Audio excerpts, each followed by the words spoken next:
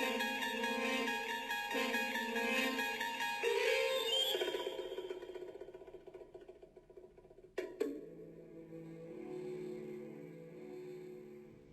happy new year to my fellow horror fanatics, and thank goodness it's over.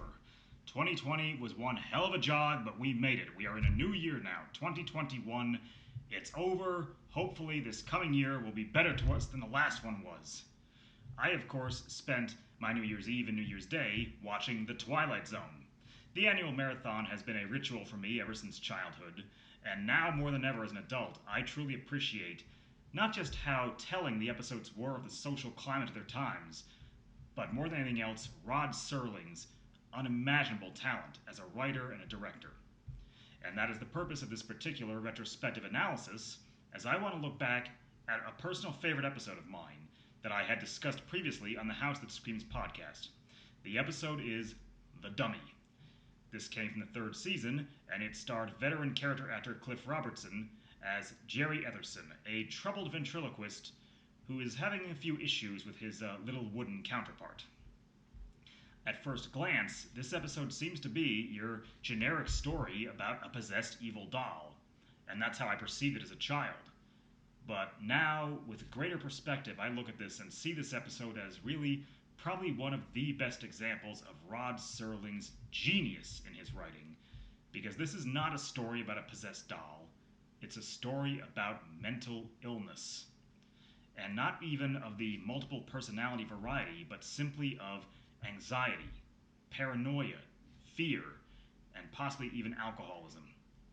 As a person who has dealt with a great deal of anxiety and depression throughout my life, and in the worst of worst moments, heavy drinking, this episode definitely hits right where it hurts.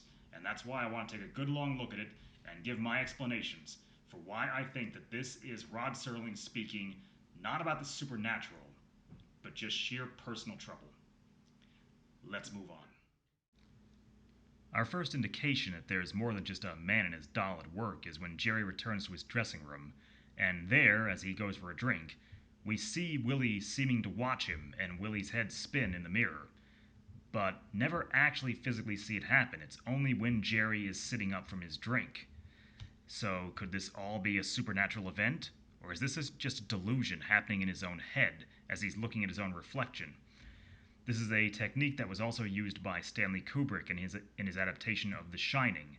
Every time Jack Torrance is addressing a ghost, whether it's Lloyd the bartender or Grady the caretaker, it's always when he's facing a mirror or a reflective surface, as if he may simply be suffering a delusion. Next, we see Jerry's agent come in to scold him for drinking and telling him that he does have the talent to be a star, he just needs to straighten out. And we actually even see some of Jerry's talent as he immediately comes up with a new act with a different dummy, the Goofy Goggles, and vowing he'll leave Willie behind. Like so many people suffering from mental illness, Jerry's refusing to seek serious counseling. He doesn't want to admit there's something wrong. No, it's something external. The problem is Willie.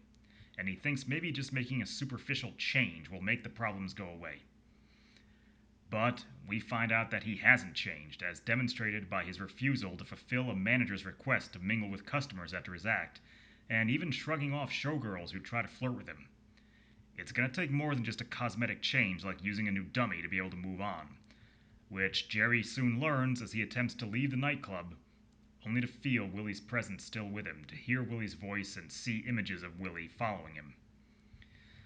The need for deeper help is driven home finally when Jerry rushes back to his dressing room and tries to destroy Willie, only to see that it was the Goofy Goggles he smashed.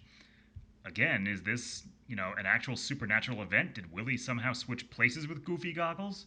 Or is it just symbolic that it doesn't matter which dummy Jerry is using, the problems are still there? He turns to see Willie sitting in a chair, mocking him as he says, "It was you who made me real." Leading us finally into our finale, as Rod Serling's narration dubs it, the old switcheroo, where we see Jerry and Willie seeming to trade places. Willie's now the ventriloquist, and Jerry is now the dummy sitting on his knee. Many have interpreted this as a Chucky-style game of hide the soul, but I see a metaphor that Jerry has given in. He is now dominated by his fear. And to support that, I would refer to the last time we see Jerry when he is striking a submissive pose, kneeling in front of Willie with his head in his hands while Willie sits in a dominant pose above him, laughing and taunting him. Jerry's given in, and he now lives as a puppet controlled by his illness. It really is a terrible pity that there is such a negative stigma attached to mental illness in our society.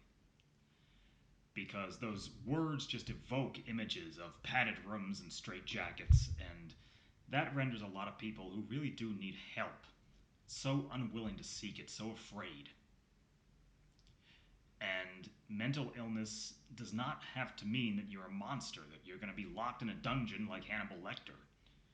It can be that you're just suffering from a lot of anxiety and are slowly eating yourself alive, worrying about and being afraid about things that really ought to be inconsequential, such as maybe whether or not your neighbors can hear you recording a YouTube video and think that you're crazy talking to yourself, or maybe that you think an inanimate object is somehow hearing you and seeing you.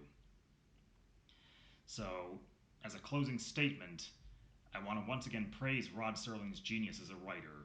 The sheer nuance in this particular episode was just brilliant and so influential, I am convinced it did affect Kubrick when he was producing The Shining. And I just want to urge all you out there, if you think you got a problem, don't be afraid. It's not weakness, it's not dangerous. Get help.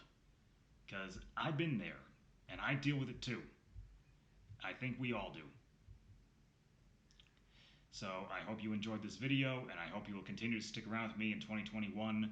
And I also want to give a closing shout out to the Homicidal Homemaker. She gave me a little call out on Twitter, and it helped increase my following. You rock, and I definitely recommend check her videos out. I'm linking her in the description because she is awesome. As always, folks, I want you to eat, drink, and be scary, and take your precautions. You know, we're not out of the woods yet, so wear your mask, wash your hands, and keep your distance. Look out for each other. As they would say on House That Screams, just be kind. I'll see you next time.